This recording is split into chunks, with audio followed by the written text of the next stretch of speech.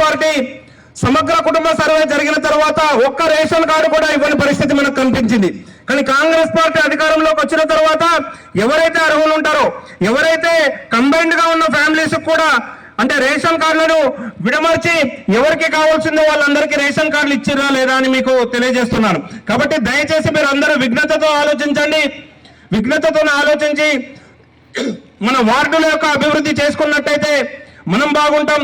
Sanitation కానీ, మరి రోడ్ల వ్యవస్థ కానీ, డ్రైనేజ్ వ్యవస్థ కానీ ఇవన్నీ మెరుగుపరచాలంటే బోధన్ చైర్మన్ సీటు పైన ఈ రోజు కాంగ్రెస్ పార్టీ అధికారంలోకి వస్తుంది.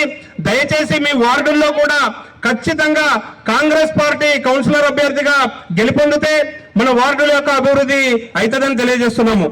ఆ पूरे जनों को मैं हस्बैंड गुजारिश करता हूँ, अब आने का दिन, अब ये 11 तारीख के दिन अपना म्युनिसिपल इलेक्शन है, आप एक अच्छे दिमाग से सोचो.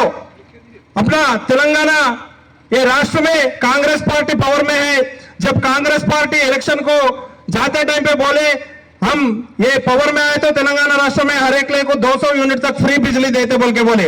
अब दे रहे अम्मा नहीं दे रहे, फ्री बिजली दे रहे ना, इसलिए अपन कांग्रेस पार्टी को जिताना. आगे से अब म्युनिसिपल इलेक्शन में भी इसलिए अपने वार्डों का भी डेवलपमेंट होता, अपने बच्चों को भी अच्छा सहूलत होता, फ्री करंट होंदो और रोडों का होंदो, ड्रेनेजों का होंदो, पूरा डेवलपमेंट होने के वास्ते अपन पूरा कांग्रेस पार्टी का मदद करना चाहिए. इसलिए ఈ సదావకాశాన్ని ఇచ్చిన పెద్దలందరికీ కూడా నేను మరొకసారి కృపాభివందనాలు తెలియజేస్తూ ముగిస్తున్నాను. కాంగ్రెస్ పార్టీ చేతు గుర్తుకే, జై కాంగ్రెస్, జై సుదర్శన్ రెడ్డి, జై తెలంగాణ.